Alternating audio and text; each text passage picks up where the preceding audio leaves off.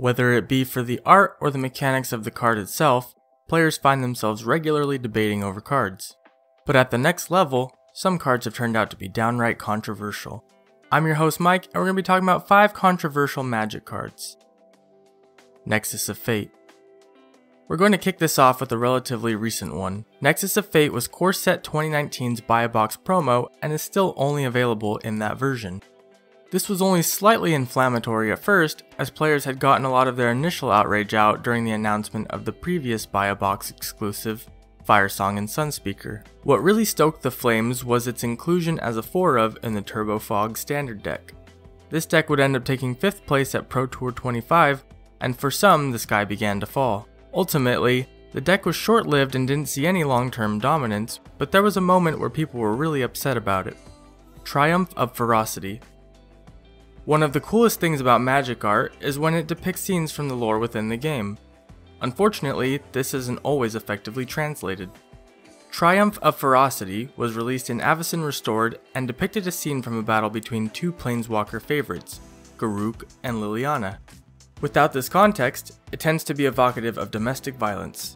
This caused its fair share of debates on message boards. Obviously, this type of imagery fuels perspectives that Magic is a game that prefers to harbor sexism.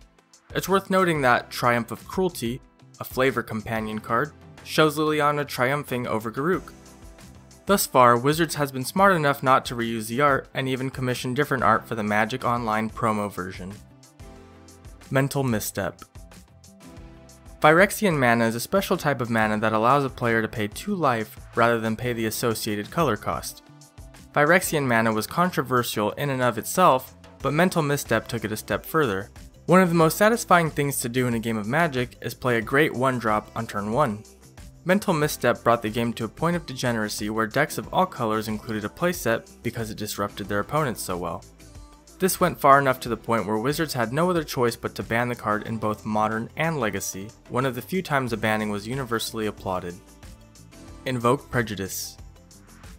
This controversial card ends up being a little creepy. Invoked Prejudice itself is an amazing card, and its inclusion on the reserved list has pushed its market price to several $100s. Upon seeing the art, however, players have found it to be eerily similar to depictions of Southern American racism, which is only worsened by the name of the card itself. But this is just a creepy coincidence, right? Afraid not. In recent years, writers have spoken about the artist Harold McNeil's open interest in alt-right and other neo-Nazi beliefs. Despite this card's high price and playability, Wizards has not bothered to include it in any of its Magic Online reserved list sets. Given its history, it's probably better that they leave this one in the past. Unholy Strength. This one will bring back memories to the early days of Magic, all the way to limited edition alpha.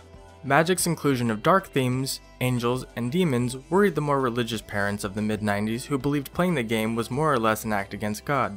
One such card that infuriated these types was Unholy Strength. Though it seems tame and rather simple by today's standards, the simple inclusion of the pentagram in the background allowed people to easily identify the game as an act of Satanism. There were enough complaints that the pentagram was actually removed from the background in the Summer Magic and 4th edition reprints.